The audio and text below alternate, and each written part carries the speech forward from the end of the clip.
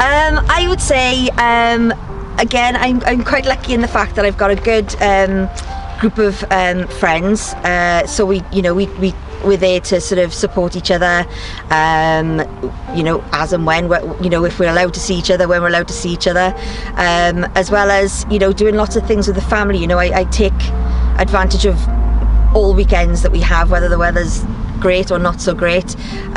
Being out in environments such as this, going to see heritage sites and castles, and just appreciating all this that we have around us. Really, it really benefits me, and I think it benefits my family as well.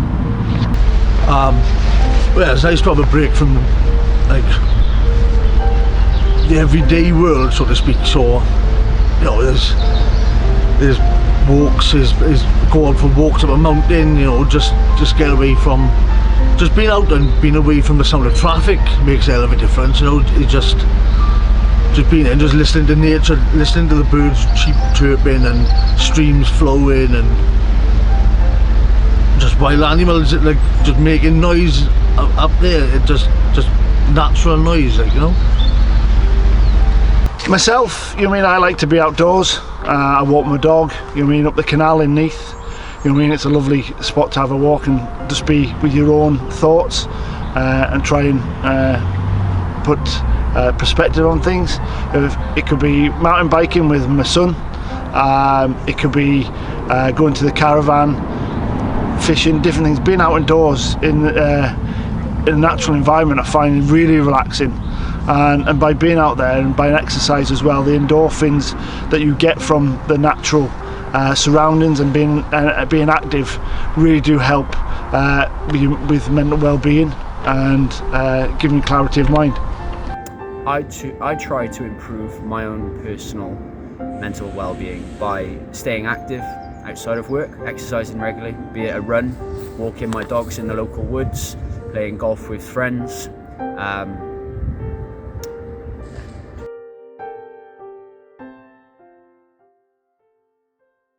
What I'd like to do is share my lockdown story with you. My story began back in May 2017 when I was placed on the kidney transplant list following a diagnosis some 15 years previous that I had a genetic kidney disease and that things were going to deteriorate over time. May 2017, my kidney function had got to such a point that there was no alternative but to place me on the list. Winding forward then to September 2019, events that happened in one day had a significant effect on my life and my family's life. Whilst on a weekend away in Whitney, I accidentally stepped off a curb and damaged my wrist. Following inspection and examination, I had to undergo 2 operations to reset my wrist, including putting wires in to hold it in place. That was fine, everything was going okay. But then, very quickly, my health deteriorated to the point where I went to see my consultant at the kidney clinic, and it was pretty obvious that my kidneys were failing. He said it was the trauma of the accident that had basically been too much for them, and that something drastic needed to happen. So, in the October of that year, 24th of October that year, my birthday, I started dialysis. A real bolt from the blue, and I'm sure you can imagine it was a real sort of low point in my life. I lay there, hooked up to this machine that was basically keeping me alive, thinking, my God, is this my life for the foreseeable? However, December 19, I had a phone call from the transplant clinic to say that they'd found me a match. This was 9:30 in the morning, so off I went, a mixture of excitement and fear, and I had to have several tests done to make sure I was okay and fit to receive this kidney. And then midday the consultant came to see me to say theatre was booked for 10 o'clock that evening, so if I needed something to eat, do it then. Time ticked on and my head was, I'm sure you can imagine, was all over the place. And then 9 p.m, an hour before the operation, the nurse came to tell me that it wasn't going ahead, it wasn't a match. I was fine then. I think it was probably the adrenaline of what was happening that kept me going. But then the day afterwards, I hit a real low. It was a case of, oh my God, is this my chance? Has it gone?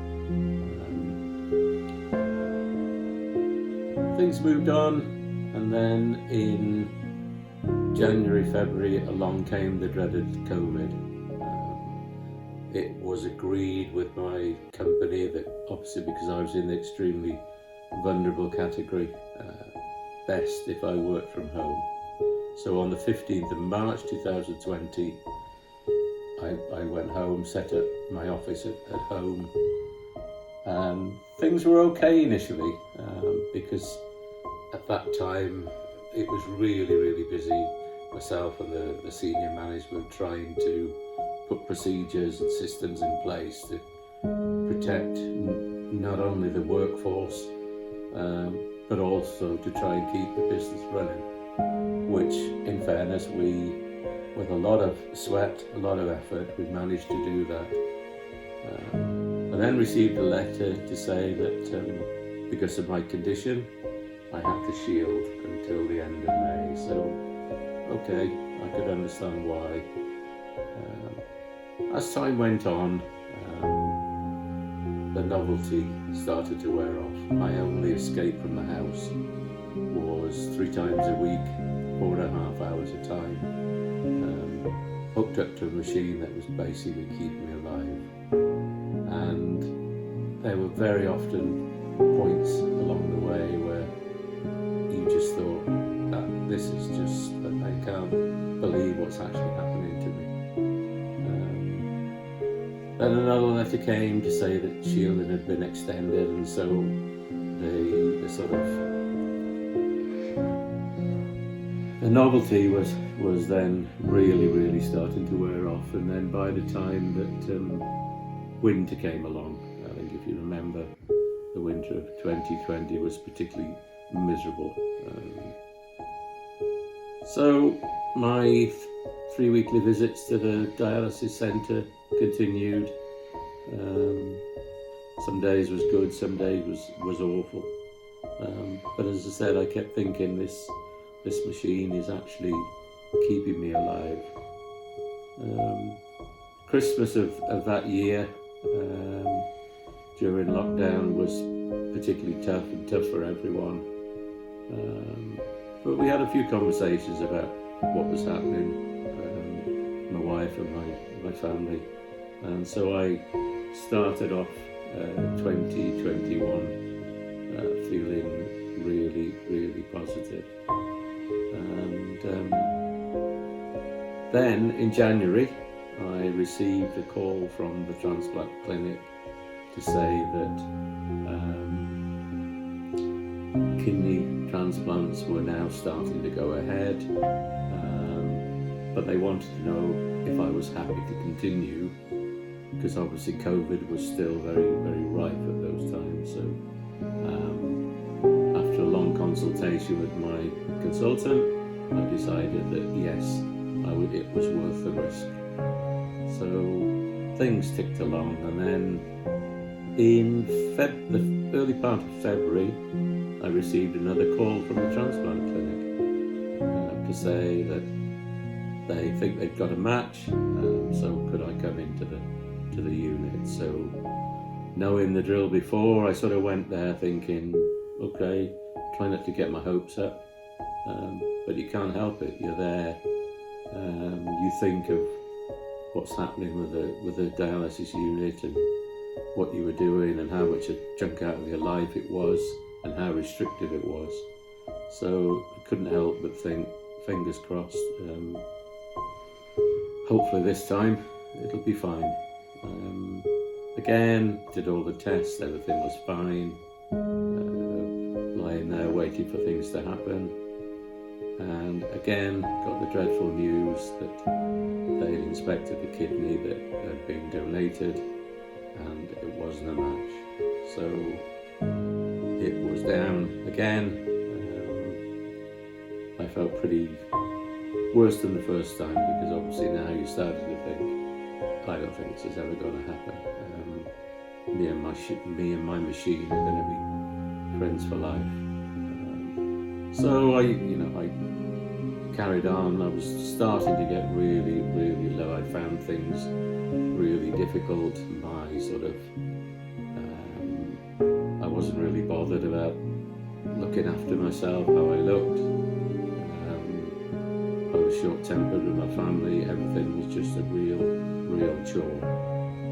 And then, 16th of March 2021, 3 o'clock in the morning, telephone rings. It's the transplant unit again. So went off down to the unit, arrived there 4 o'clock in the morning, through all the regular sort of tests, everything was fine. So again, I'm lying there in the unit. Don't really know what I was thinking at that time because obviously this could either be third time lucky or it was a case of false alarm again. So I lay there thinking about things and 3 p.m, 12 hours after the initial phone call, in came the nurse, thumbs up, dancing around the room, it was going to go ahead. Oh my God. Didn't really have time to think about it because by 3:05 they were wheeling me down to theatre. And then I don't know, I think it was about some 8 hours later, I came back to the ward. I had a new friend and hopefully my life was about to turn around. I'm now 6 weeks post transplant, starting to understand the reality of what's actually happened, and thinking about everything that's happened. Yes, it's been a roller coaster, and there's been some real low times, to the point where you wonder, is it actually worth it? But then it started to click with me. I've been extremely lucky that someone has given me a fantastic gesture that has given me a second chance at life. Extremely lucky that I've been supported all the way through this by a loving and supportive family. Lucky in that I have a real good circle of friends, again, who've been extremely supportive all the way through. And also a very, very supportive set of colleagues in work, which I am, extremely grateful for. I suppose my message to anyone who is watching this is, please, and I know not everybody would be as lucky as me to have such a brilliant support group, but all I would say to anybody, if you are feeling down, don't think things are quite right, for goodness sake, talk to someone. If you don't feel you can talk to family and friends, talk to work colleagues. There are people out there that can help, because mental health, it is an illness, and it needs to be treated as such. So part parting sort of words to you is please, please, please take all the help and advice that you can get. Thank you.